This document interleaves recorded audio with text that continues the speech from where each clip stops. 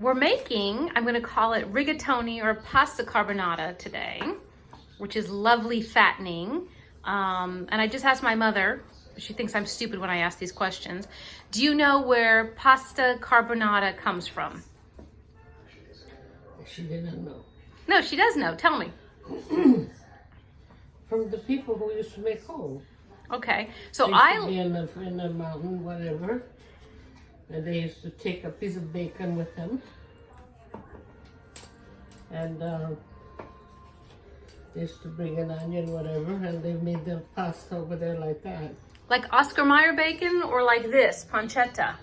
Well, they use the pancetta or the guanciale. Oh, you say it like a G, guanciale.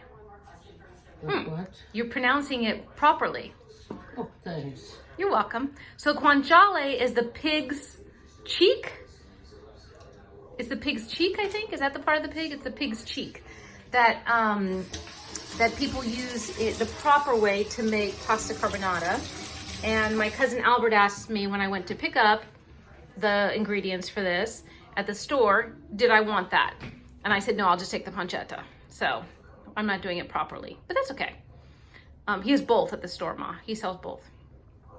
So my mom just diced up the pancetta. They sell it at Trader Joe's in stores already diced up if you're lazy like me, who buys everything diced up, pre-done, fruit, whatever. But we're trying to be original here. The first, well, it's not the first time. My mother always made this. And I like it with the rigatoni because the pasta gets flat and it tastes delicious. It's classically made with spaghetti.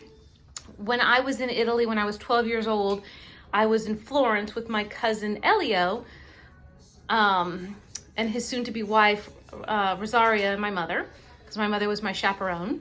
And I had spaghetti carbonara.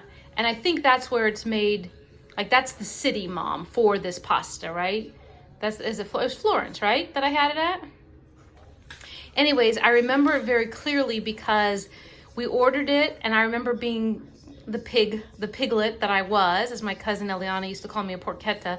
I wanted the entire plate. I wanted my own big plate versus the pound of pasta that my cousin ordered for the table.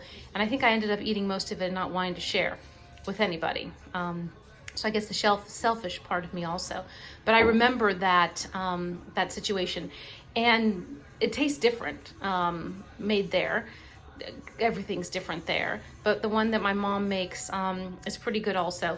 I know a lot of people, besides just using the egg, the cheese, the pasta, the pancetta, etc., put in other ingredients like cream and peas. Have you seen it, Mom, with peas? I don't like it with peas.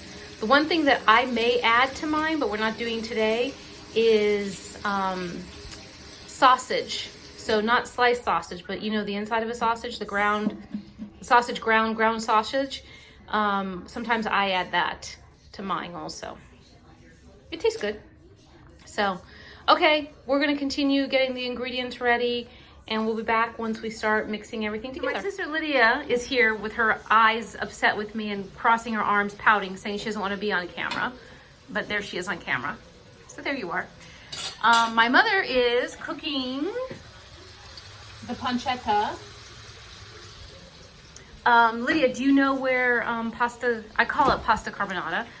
We're making it with rigatoni, so it's pasta carbonara for us today. Do you know where pasta carbonara originated, or spaghetti carbonara originated? I did read about it, but I don't remember.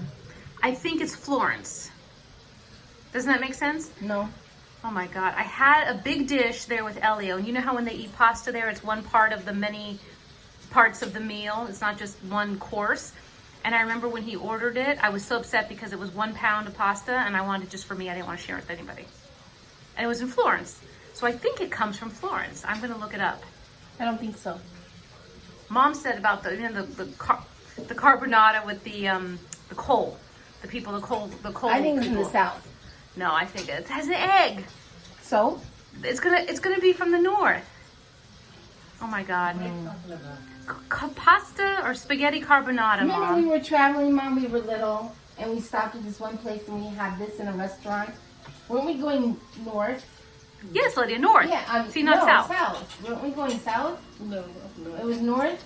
See? Oh, okay. I think it's going to be Florence or Pisa or whatever that region is. Now we're going to get an argument of what that region is because I have no idea. But I think it's from that part. It was good. Yeah. And I said how people now use different things like peas. Yeah. But it gives it a nice sweet pop as long as you know it's not classic.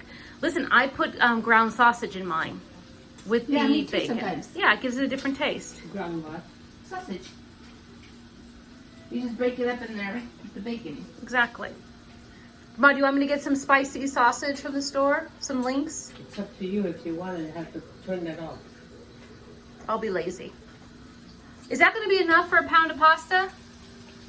Well, that's all you have. That has to be. Well, okay, it has to be, but do I need to go get more product? No, it's okay. Okay. We're just going to have it the classic way then. Okay, we'll be back as we continue to mix things up, and I cut the green onion. We have the eggs and the Parmesan cheese. Okay, and I'm going to look up to see where pasta or spaghetti carbonara came from.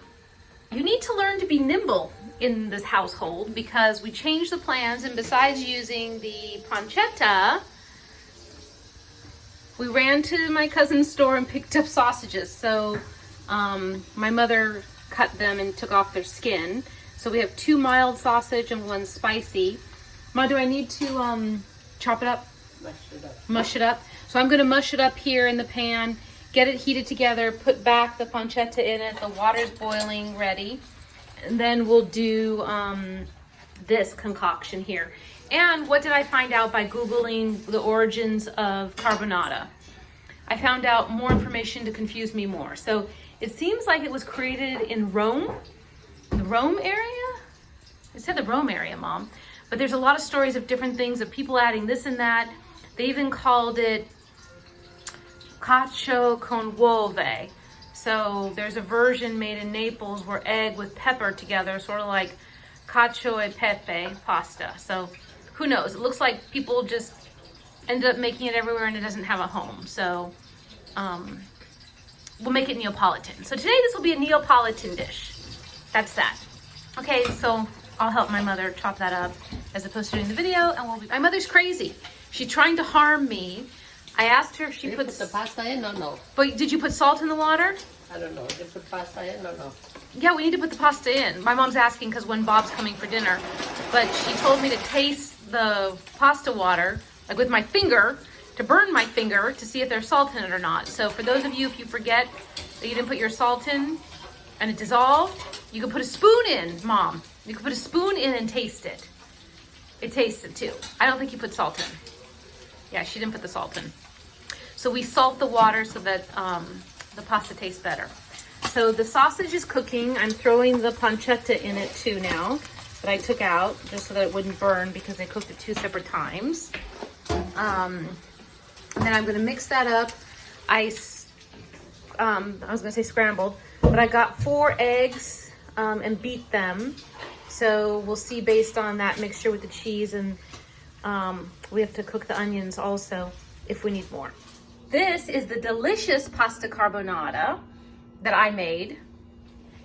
My mother helped. I assembled. So the pancetta mix that we were cooking with the sausage and the onion, the green onion, we then put into the pasta after we drained the water, and then I added in a mixture of beaten egg, black pepper with the Parmesan cheese, and then mixed it all together in here, and it's all cooked nice, delicious, and I'm going to serve it up for dinner.